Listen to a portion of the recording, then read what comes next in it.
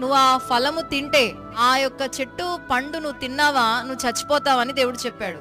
నిజంగా చచ్చిపోయారా వాళ్ళు తిన్నప్పుడు? అవ్వ ఆదం తిన్నారు కదండి, చచ్చిపోలేదు. కానీ వాళ్ళు ఎందులో చచ్చిపోయారు? ఆత్మీయ స్థితిలో వాళ్ళు చచ్చిపోయారు. మహిమను పోగొట్టుకున్నారు, ఆత్మీయ నేత్రాలు మూతబడిపోయినాయి. వాళ్ళు చనిపోయారు, ఆత్మలో చనిపోయారు, శరీరంలో చనిపోకపోయినా. అపరాధం ఏం చేస్తుంది ఒక వ్యక్తిని అంటే చచ్చిన స్థితిలో పడవేస్తుంది. ఆజ్ఞ అతిక్రమమే పాపం. ఆయన ఒకటి చేయమంటే నువ్వు ఇంకోటి చేస్తే దాని పాపం అంటారు. దానికి దొంగతనమే చేయక్కర్లా, వ్యభిచారమే చేయక్కర్లా, అబద్ధాలే ఆడక్కర్లా. చెప్పింది చెప్పినట్టు చేయకపోవడం పాపం. దేవుడు ఏది చెప్తాడో అది నువ్వు చేయకుండా యోనా చేసింది పాపం కాదా? యోనా ఎక్కడికి వెళ్ళాలి? నినివేకి వెళ్ళాలి. ఆయన టికెట్ కొన్నప్పుడు పాపం చేశాడా? మదిలో తలంపు పుట్టినప్పుడు పాపం చేశాడా? మదిలో తలంపు పుట్టింది చూసారా, నినివే వెళ్ళకూడదు, నేను తర్షీష్ వెళ్ళాలి, దేవుడు చెప్పిన చోట్ల ఉండకూడదు, నేను వేరే చోటికి వెళ్ళిపోవాలి అని నీ మనస్సులో పుడుతుంది చూసావు ఆలోచన, అప్పుడే నువ్వు పాపం చేసేస్తున్నావు, దేవునికి విరుద్ధంగా ఉంటున్నావు. ఆ పాపం నిన్ను ఎక్కడ తీసుకెళ్తుంది అంటే ఆత్మీయ స్థితిలో, చచ్చిపోయే స్థితిలోకి తీసుకెళ్తుంది. జాగ్రత్త.